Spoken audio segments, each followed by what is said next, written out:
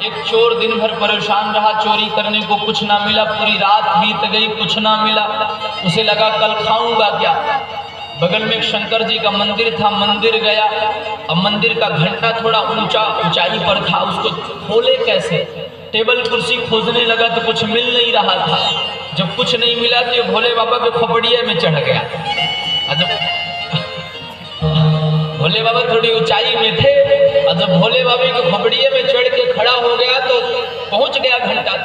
उतारने लगा घंटा तो सामने भोले बाबा प्रकट हो गए। भक्त वरदान मां, उसको लगा कोई गांव का आ गया पकड़ने के लिए। हाथ जोड़ के बोले भैया किसी को बताना मत, मैं चोर हूँ। भोले बाबा ने कहा मैं जानता हूँ तू चोर है, तुझे जो चाहिए मांग। उस चोर ने कहा तुम हो कौन। भोले बाबा ने कहा जिसकी खोपड़ी में लात धर के चढ़ा है मैं वही शंकर हूँ, जो चाहिए मांग लो। अरे आप मुझे क्यों, मैं तो चोर हूँ, मुझे देने क्यों आए हो। भोले बाबा ने कहा मेरे भक्त राज तू धन्य है, लोग मुझे फूल चढ़ाते हैं, एक फूल चढ़ाते हैं और बदले में कहते हैं सुख संपत्ति घर आवे कष्ट मिटे। लोग एक फूल चढ़ाते हैं और फूल चढ़ा के कहते हैं हे सरकार पूरे पथलगढ़ा का सबसे अमीर मुझे ही बना देना, तुमने तो अपने आप को चढ़ा दिया, तुझे जो कुछ चाहिए वरदान मांग ले। ये भोले बाबा है। लेकिन ध्यान से पूजा करोगे तब। एक बड़ी सुंदर कथा है, उस कथा को सुना दें। क्या बढ़िया, भोले बाबा जैसा क्या कहूं। मेरे महाराज जी कहते कि भोले बाबा से सरल देव, देखो देवी माँ की पूजा करोगे तो थोड़ा ध्यान रखना पड़ेगा, देवी माता नाराज भी बड़ी जल्दी होती है। राम जी की भी पूजा करेंगे थोड़ा शुद्धता पवित्रता का ध्यान रखना पड़ेगा। पर हमारे भोले बाबा कहते हैं तुम हमारी शरण में जैसे भी आ जाओ, अपवित्र ही आ जाओ, मैं तुम्हें पवित्र करके वापस भेज दूंगा। क्यों? क्योंकि मेरे पास तो गंगा विद्यमान है, भोले बाबा के खोपड़ी से गंगा बहती है। भोले बाबा कहते हैं मैं तुम्हें गंगा में स्नान करवा के पवित्र कर दूंगा, किसी भी स्थिति में मेरे पास आ जाओ। एक राक्षस है जिसका नाम है भस्मासुर। ध्यान करता भोले बाबा का प्रसन्न हो गए, वरदान मांगो। भस्मासुर ने कहा जिसके सिर में मैं हाथ धर दूं वो जल के भस्म हो जाए। अब भोले बाबा ठहरे। भोले बाबा ने कह दिया ठीक है, और जब कह दिया ठीक है तो भस्मासुर ने सोचा कि गुरुजी ने वरदान दिया है तो काहे नहीं पहले गुरुजी की खोपड़ी में धरे, गुरुजी जल गए। जब भोले बाबा की तरफ हाथ बढ़ाया तो भोले बाबा भगे, आगे आगे गुरु पीछे पीछे। भाग भाग के भोले बाबा थक गए। ये दुष्ट अब बहु खतरनाक होए तो हे भगवान बहू कब जाएगी, कब आएगी, फिर कब जाएगी।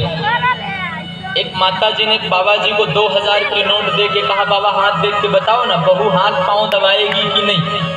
बाबा जी ने पैसा जेब में ठीक से धर के कहा दे सब लक्षण संपन्न कुमारी, सब लक्षणों में निपुण है, होई ही संतत पियहि प्यारी, संतों को अत्यंत प्रेम करने वाली, संतों के ऊपर अत्यंत आस्था रखने वाली होगी, बड़ों का अत्यंत सम्मान करने वाली होगी, ये भगवान की अत्यंत परम भक्ता होगी।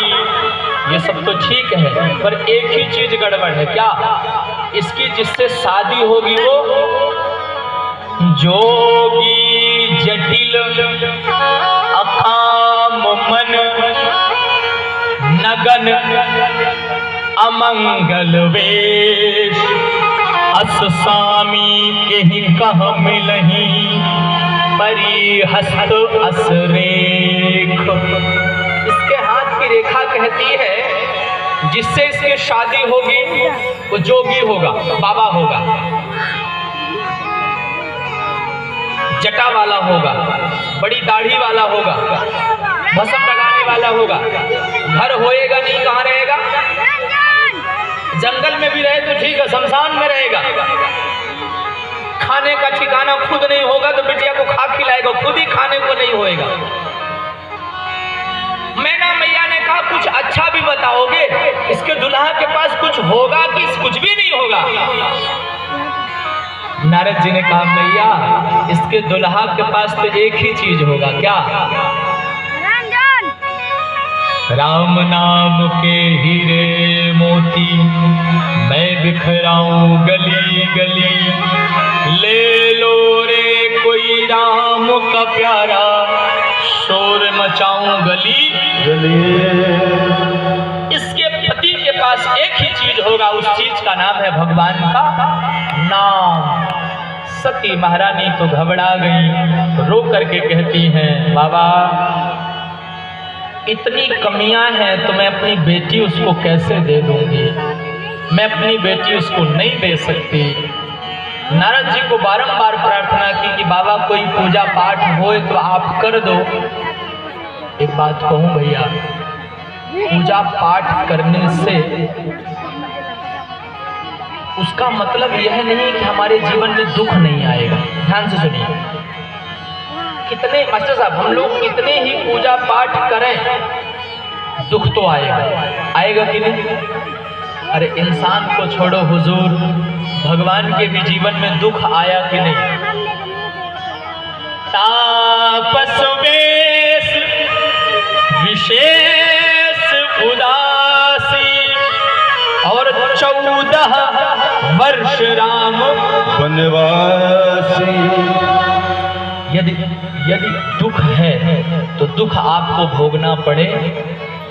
अच्छा गुरुजी, जब दुख भोगना पड़ेगा तो हम पूजा पाठ काहे को करें? सही बात है ना श्याम जी? यदि पूजा पाठ कथा प्रवचन सुनने का कोई फायदा नहीं है, दुख आएगा ही, तो हम हर एक साल काहे को इतना खर्चा करके प्रवचन करवाएं? बाबा तुम अपने घर, हम अपने घर, क्या फायदा प्रवचन करवाने का? आपको पता है क्या फायदा होगा? यदि आप सत्संग करोगे, यदि आप भगवान का भजन करोगे, उससे फायदा यह होगा कि दुख को सहने की शक्ति आपकी बढ़ जाएगी।